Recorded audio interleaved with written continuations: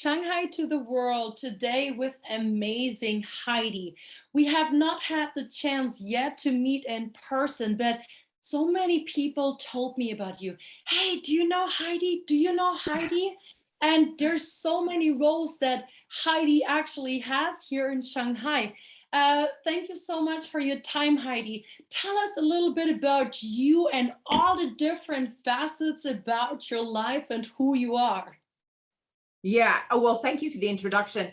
It's interesting because that is probably the biggest and most commonly asked question is, what exactly do you do? Because I do have a number of roles, but I promise you that they all do line up as far as I'm concerned. So my background is acting, and that was my passion. It was something that I always wanted to do. I had the opportunity to come to China, live in Wuhan, and learn about international trade, which was nothing that I ever imagined I'd be doing, but also sort of thought, well, it's a great way to experience life, and that's what a good actor needs to do. So I came to China, went to Wuhan, and then from that point, I started working here, and then I was fortunate enough to get the opportunity to get into TV. And so I was one of the first foreigners to be able to be on TV, especially back in the day. It wasn't accepted. You weren't allowed to, but the TV station got the license, and then we created You Are the Chef. And that's been aired over 20 years now, daily on ICS, and is viewed by over 6 million viewers every single day, which is pretty phenomenal, actually. And so it was through that because I was dealing with the hotels and with chefs, that some of the brands started reaching out to me and going, you're a great ambassador for food. And so we had people like Swatch Watch launching their cake series, and they'd ask me to sort of host or to do the events. So I started becoming more and more connected with brands, and brands that were very focused on the food side of things. Now, it was a really interesting thing because I was on TV, people started becoming more interested in my life. So other shows would then go, hey, we know that you've got a business. It's so interesting. You're a TV host. You've got 2 kids. You've got a business. You stay fit and healthy. How do you do it? So I was like, many, many shows would then bring me on and ask me about parenting or about health, wellness, and lifestyle and things like that. And they're things that I'm super passionate about, more so than food, because everyone goes, you're such a foodie. And and really, I'm not. I'm really, every time I look at food, I go, is this going to benefit me? Is this going to give me the nutrients that I want? So I'm really from that side of thinking. I definitely have my cheat days, but yeah, so I started getting much more into to sort of talking about health and wellness and what have you. And then social media sort of went absolutely crazy, and that was an amazing platform for me to then continue to share that on social media. So 26 years later, I have my own Heidi Dugan brand, where I sort of connect with the Chinese consumer. I have Arete Group company, where we help businesses come into China, and also companies that are here to just scale and to really localize whatever it is that they're doing. And then became the chair of OzCham and also council member for University of Southern Queensland. So all fantastic things, and it's been super exciting. I've loved every minute of it. So you're so diverse. You have so many wonderful talents. You have 2 kids, you mentioned. Right now we're all on lockdown in Shanghai. So how do you manage family and business at the same time, and especially now in lockdown times? I hope you have enough food. That's a topic everybody talks about nowadays. Yeah, my kids, I've got a daughter 16 and a son 12, and they're so incredibly well adjusted.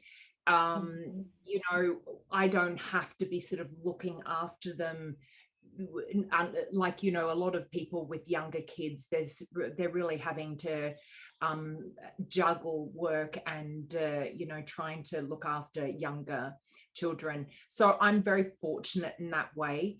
I'm also fortunate that my kids keep me on my toes and they make me a better parent. So it's one of the things that I've always thought is the adult you want them to become is not necessarily the child you want to parent. And Okay. the reason I say that is that I've always sort of encouraged them to, it doesn't matter who it is, that you should always question things. And, you know, you should not just accept things. So, of course, when they're growing up and even now, if I say something to them, they're like, Mum, I don't think that that's acceptable, or I don't think that that's okay. And I'm like, oh, you know, or I'll say, can you go and do this? And they're, well, why? Why should I go and do it? And they do it very respectfully, but they really keep me on my toes. And it makes me think also, not to get into habits, but to make me think, okay, they're people. They're not just my children. They are their own individuals and they're people and they're growing up and they have so much to teach me and also to remind me of the things that are important to me that sometimes maybe I don't follow them as much as I would like to think. So so the kids are really well adjusted and they keep us sort of happy. And my daughter is very, you know, good at routine. So she wakes up at 5, she does her own exercise, she gets her own breakfast, you know, so she does all that sort of thing. And it's, you know, when I see her do it, I go, yeah, no, you get out of bed, Heidi, you know, and those days that you don't want to, you're surrounding yourself by positive and, you know, people that are amazing and that you can learn from. So I'm kind of lucky that my kids are kind of like mentors to me as well. That's interesting that you say this. That it seems like you're on such an eye level, and as you mentioned, sometimes you're the mentor, you're the mentee.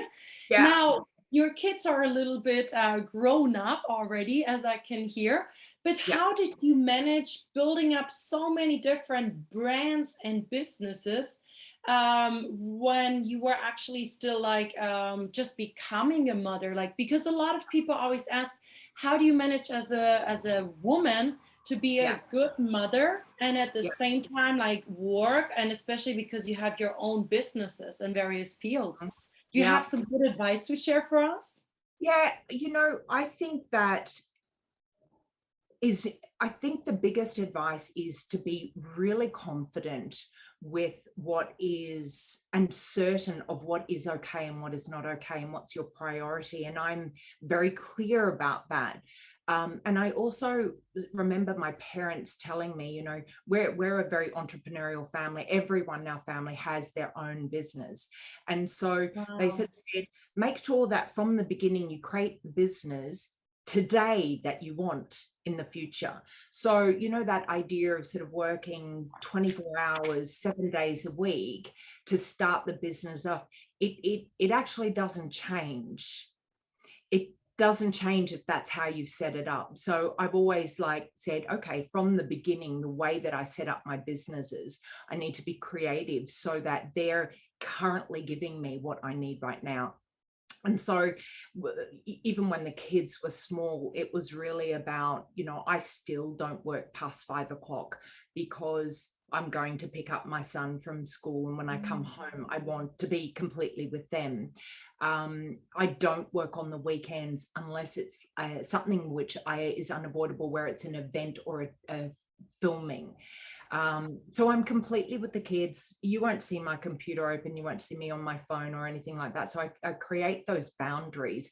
And the reason that I create those boundaries is because I find for myself that I get into my own flow when I'm completely present. So I don't enjoy my kids or my work when I'm doing a little bit of both. And so that's where I come back to, is you really got to know yourself.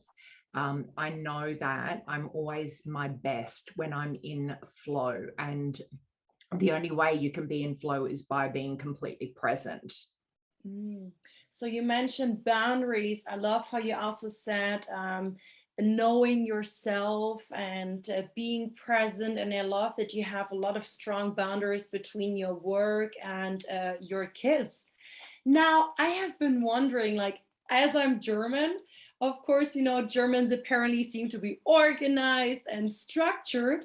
And Mhm. it seems like you have a lot of boundaries, rules. I feel like there's a lot of structure in your You're life. loving it, aren't you? You're going, she's German. That the name Heidi in itself is like, she's German. That's what I thought the first time I heard about you. I'm like, what? How is it possible? I've never heard about that German woman in China.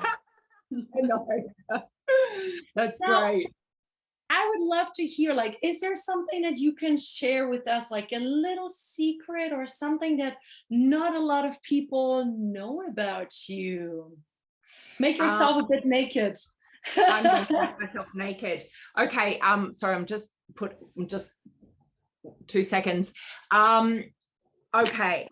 One thing, as we said, we're going to sort of tap into this German me, which is, of course, I'm Australian. I'm not at all German. I am structured. And I realized this, that people think to be creative that you need to be free, and that's not true. Free to do anything. Actually, structure gives you the reassurance of being, completely free, because you have something to fall back on. And so my structure creates my life. The structure creates my freedom to do completely and everything that I want to do. So one of the things, and I will tell you, Janine, that I never share this with anyone, but every year at the beginning of the year, what I do is I take at least 2 to 3 days off, completely out from everything, off all electrical appliances, everything, and I create a vision for myself. So we create goals, and I write my goals down too, but it's more than just the goals, because to achieve goals, you need to be and have an experience and feel things. So what I do is I have a technique where I look forward to the end of the year. And so I put myself at the end of the year, the not Chinese New Year, the New Year's Eve. And then I look back over the year that currently hasn't happened. And what I do is I think about, what is it that I've achieved during that time, as if I've already achieved it. So what it does is it reaffirms the absolute definiteness of me achieving it. I have no doubt, if I put something on as one of my goals, if that is something I've decided to do, I will achieve it, because I put the plan and the actions in space, and I reaffirm it every day. So if you are open to it, I'm very happy to read. It's a little bit long, but I think it's worthwhile, because a lot of people don't do this, and it's so simple to do, and it's also simple to read every single day or every few days, and it just goes, damn, yep, that's what I'm going to do. That's how I have done it. So it's a really different technique, but would you like me to share that? I would love that, because we all set our New Year's resolutions. I often talk about this as well, but I think we forget about it at one point. We don't go back to this. Yes, please share it with us. That would be lovely. I'm going to read this. So I'm going to be looking down here. Okay. Okay. So Ready. this year, I'm 50 years old. It is my finest year ever. I live with no restraints. I grab my life and all the goals I set for myself and soar. Nothing holds me back this year, not fear, not preconceived ideas, limitations, thoughts, or health. I allow the greater forces and energy of this world to work together on my behalf to bring unending abundance easily into my life. I let go and work with the forces of nature and God to propel me into a more satisfying, happy, dynamic life, which I live to the fullest. This year, I lead hundreds of thousands to a better, more peaceful, happier, abundant life than ever before. I lead with light so they too can spread the word to friends and family. I look after myself. I plan regularly holidays and time to renew. I become younger in spirit and look with every day that passes. I share my habits with others. In 2022, I built my financial wealth. I create wealth and stability for myself and family for years and years to come. My children are inspired to create the life they want. They are decisive and open for possibilities, and they are also excited by life. I'm a leader amongst leaders, a person who did things differently, who lives on her own terms and empowers others to do the same. So I'm so thankful for the year that's gone by the experience I had, the achievements and goals achieved, the impact I've had on so many individuals, but most importantly, I'm proud of who I've become. More graceful, humble, in flow with nature, followed by my instinct, and become a happier, more grateful person who, through my success, was able to extend my hand to others. It's been a surprising, inspirational experience that by opening myself up, I have learned so much more about myself, life, and others. At first, it was just a goal, a job I needed to do to get me somewhere. But I realized the more effort, focus, and time I grew, and so did my enjoyment, and the following and the followers also grew. Everything we did was put together like a jigsaw puzzle, with every piece being as important as the other. We brought so many teams together to make this happier, whom without it would have been very difficult. Amongst all the hard work, I was vigilant in taking time for myself to rest and renew, to meet with family and friends. This year, I lived, loved, worked, laughed to my fullest. I did all of this whilst achieving all of my financial and investment goals. I bought a commercial property and holiday home that all of the family can use. Being a friend of Australia, an ambassador between the relationship of both China and Australia, has made a difference to many. It is what I wanted to do, was to create impact and to be the light for others. I'm 1 year older, but I'm stronger, younger in spirit, fitter, healthier in mind and body. I've spent the last 50 years becoming who I am, and I love me. Just wait for what I'm going to do in the next 50 years. I hope you can join me. That's it.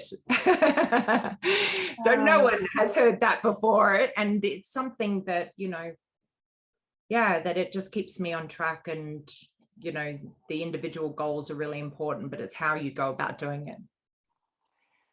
It was amazing. I hope everybody took some notes. I'm probably gonna listen to it a couple more times, because I feel like every time I will understand more, because it's very deep of what you said. A lot of self-love, encouragement, empowerment. Very fantastic. Thank you so much for sharing this with us. No problem. I feel very warm right now. It feels good to listen to it, actually. Yeah. Now, this brings me to another question. What is the final goal or purpose that you're working towards? You mentioned a couple of pieces. Yeah. I'm motivated by helping others. And, that's always the thing. And, I think we all struggle. We all know we're going through these COVID restrictions and things like that. And only a few days ago, I, just like everyone else, was having a crappy day, wallowing in pity and sort of going, woe is me, and things like that. And it occurred to me that if I am feeling this way, then there must be so many other people that are feeling that way. And so I made a decision, and this was one of the things I did as a chair for AusCham, was I reached out to Simon and said, mate, you and I are just, we're doing it hard. What about all the other people? They've all got different situations and things like that. Wouldn't it be amazing if we reached out to all of the members? And so that's what we did. And it just sort of reinforced by every phone call that I made. We've made over 120, close now to 200 phone calls and messages to the members. It occurred to me, actually, it was like, being smashed in the face, was that, oh, how important it is to reach out and see how other people are. And when you do that, and when you help other people, you remove that focus off yourself and put it onto someone else. And you can't help but feel better. Really, all of your problems, everything seem, you don't seem as alone. And you see other people have it, but they have other problems, and maybe you're not in such a bad situation. So I do believe that my motivation is helping others. And by me creating the businesses that we've got, we do it in a very specific way where we are empowering them to become better like us. And even the companies and the brands, I hope that I would never have the same problems or questions that I deal with them today that I will tomorrow, because they've already learned that, they've already grown from that. And if they then go on and teach other people, then that excites me, because we're creating a much better place and space. It sounds like the butterfly effect. You're planting all the seeds and then it's spreading from these people to the next people. And by Yeah. being the role model of calling 120 people to reach out how they're doing in Yeah. lockdown, maybe they get inspired by you and they will do the same to other people. Exactly. And the thing is that it seems like a massive thing, but it's never a massive thing. It's always just one step. It's just a decision that you make.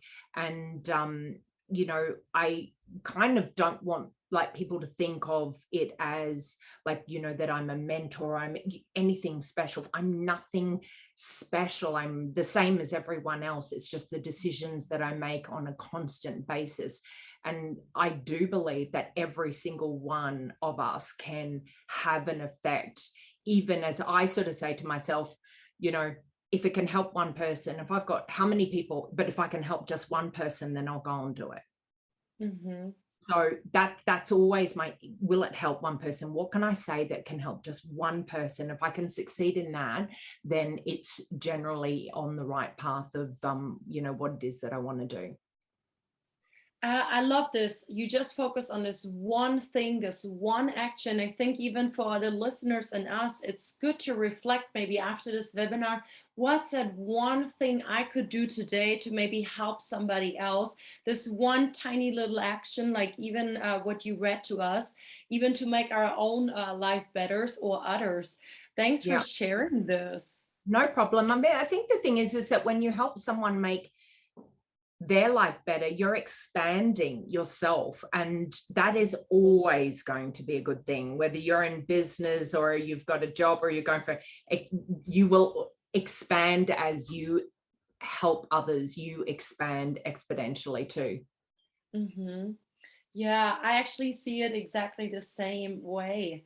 Very good motivation. Now, you mentioned earlier health and wellness. I know you're also coach. I know you also help a lot of other brands.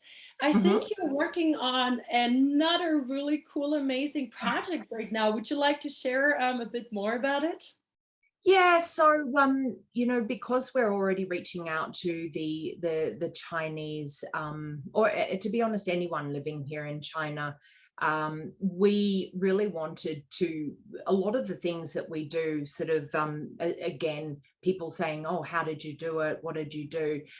Is to really sort of share those methods that I use. And I'm a big believer on just having a few, because the more you get, the less you do. And so we have our new brand called Rise, Rize, and it's about lifting up other people, but especially yourself, because you can't lift anyone else up if you can't do it for yourself. And we're launching our first event this year. It's a health and wellness event, and it will really be taking people through the actual steps that I go through and that I use in my life to create a better life, and to understand that my life is not what suitable for you. So it's how can you create the life that you want or the days that you want, but also shows you how you can be flexible, and that at different times in your life, different times in your year, weeks, you will need to be flexible, and how can you change that so that it still benefits you. So that's a day event that we'll be doing, and it'll be supported by an online community and app that will support that. We're super excited. It's been something I've wanted to do for 3 or 4 years, and it's kind of, now coming together, and I can really see it now. So that's fantastic. Especially after the lockdowns, I think people will need it even more and Yeah, appreciate it even more. sure. You just mentioned if you can't lift yourself, if you can't lift someone else, no, you can't lift someone else up if you're not lifting yourself up first. Sure. Can you share a little bit more about your specific habits? Because a lot of successful people, they would always talk about morning and evening habits. Yeah. And you mentioned a little bit already. Is there like, do you have any other healthy habits for us to become happy and healthy, like your family, or to become successful like you?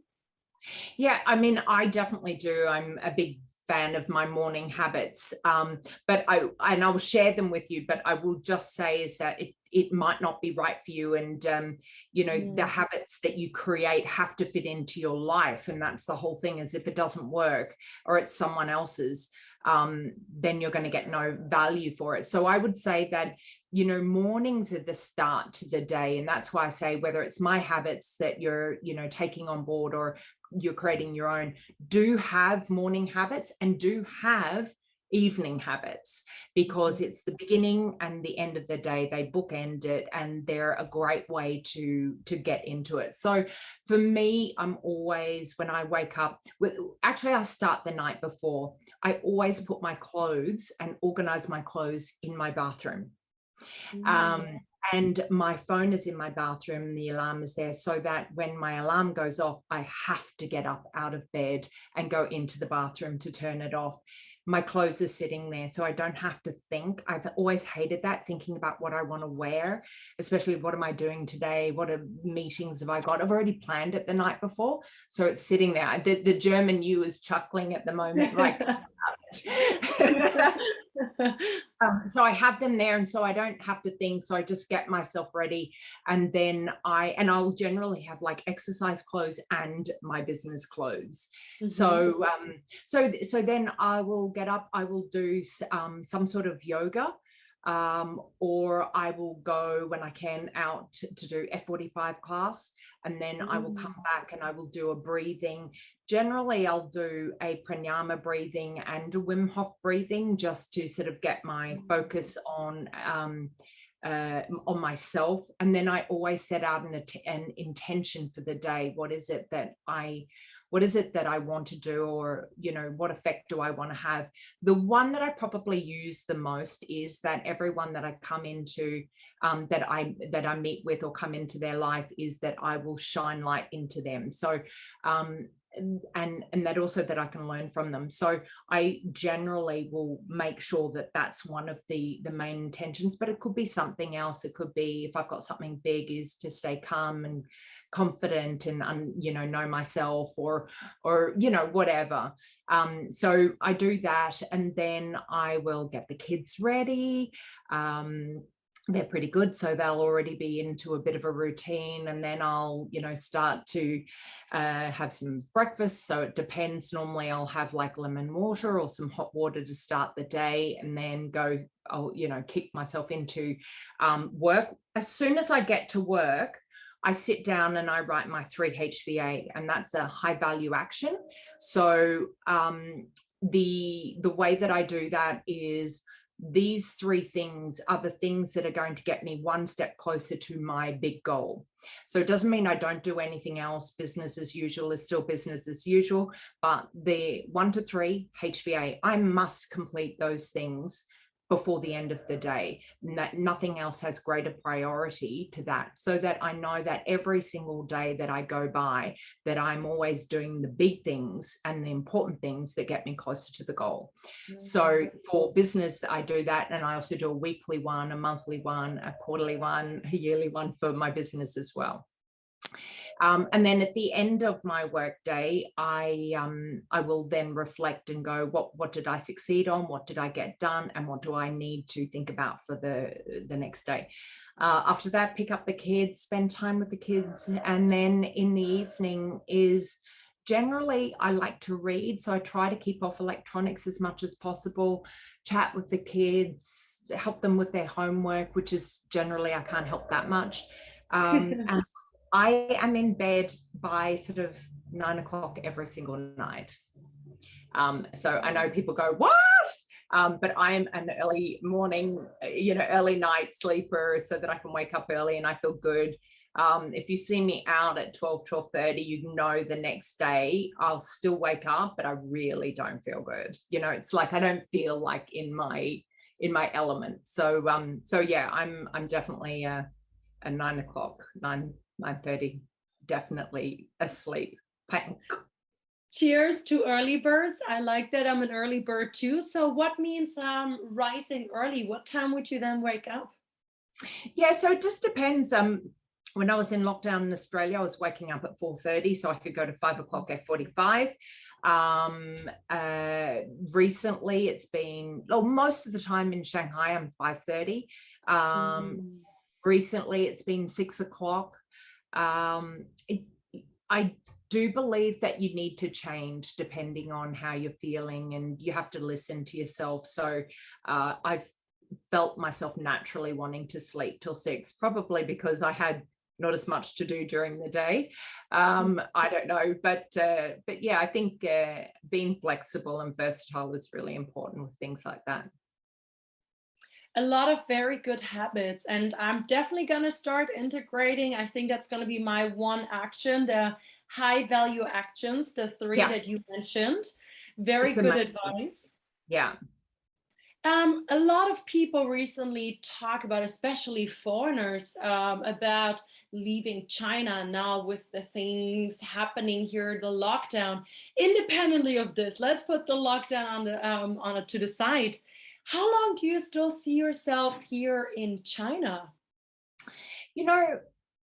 My husband's Chinese, my kids are half Chinese. I don't have any predictions of when I will leave. And probably more to the point is that now I think we can create anything, any type of life that we want. And so I think that it's more a matter of me creating more connections with Australia, going back more often. And I think probably for the rest of my life, I will be, living between the two countries. So there is no intention of leaving at any point. We'll be, people of two cities, definitely. Yeah, global citizen for sure. Yeah, I mean, we can do that now, right? Yes, that's true.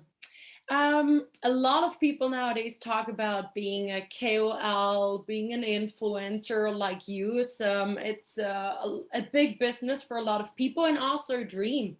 What would be your advice for other people, how they can become influencers, KOLs? I mean, you mentioned your own story also with the acting, how you went into TV, but there's hopefully some advice for you. It's interesting you say that, because my son has been going, Mum, what would you say if I became a YouTuber? And I'm like, and of course, both my kids, know that I hate those terms of KOL and celebrity or, influencer and things like that, because they're not what you do. That's how people see you. And so when he says, oh, what do you think if I can become a YouTuber? And I'm like, well, what will you be doing? YouTube is a platform. So the social media is a platform for something. So what is it you're teaching, sharing with someone? So anyone that is wanting to be more known on the social platforms, the first thing that they need to do is have a purpose themselves. What is it that they want to share? If it's just getting followers, then I would say that you're in for a hard slog. That's not why people do it. That's not really the motivation, and you will have no real direction, I think. So if that's something that you're wanting to use, that influencer KOL platforms, I'd say still do what you would always do. If you're a coach, if you're a fitness person, or if it's someone that, you know, if you want to share something of value and that has reason, purpose, then they're the platforms that you show it on. And if you start to get followers that like what you're doing, then, oh, that's amazing. If you can make money doing it, that's even more amazing. But it's always got to be coming from that ability or that want to share something with someone else. I feel like this is a mentoring session here today, because when I reached out to you, I was like talking to my coach and I was like, I'm actually like looking at my own goals. I'm looking for a mentor with these and these factors. And then he connected me with you. I've already learned a lot today. So we're about to close this up. Do you have any last advice for people, for example, in lockdown currently? Yeah, so the one piece of advice I would say is look to the end of the year and then look back at this time that you have had during lockdown. And what is that one thing that you did during lockdown that made all the difference to your success this year? Was it that you spent more time on your exercise? Was it that you got your taxes in line? Was it that as a business leader, you trained your staff and took the opportunity to do that? Did you create templates for your operations? What was it? What was that one thing that you did during the lockdown time that you would never have had that opportunity to do, but that you took it and it has made all the difference to you now? That's what I would say, is put yourself in that, close your eyes, put yourself, you know, at New Year's and look back and go, it was because when we were in lockdown, I did this that has made all the difference. You gave a lot of positivity, hope, and warm feelings to all of you. Thank you so much for your time, No Heidi. I problem. wish you all the best towards achieving your next goals, although I also know you would definitely achieve them, and I can see how you're living your purpose. Good luck on your big Thank you. Rise event, which will happen soon. And yeah, all the best to you. Thanks for your time. Thank you so much. And thank you so much, Janine. It's because of people like yourself that, you know, that share with so many. And, you know, everything that we all do is worthwhile. And it just has, as you say, it's that knock-on effect, the butterfly effect, where it reaches out to more. So thank you for allowing me the ability to reach out to your viewers and your audience. Thank you, Heidi. And guys, have an awesome day, no matter where you are in the world right now. Take care. Exactly. Okay. See you. Bye. Bye.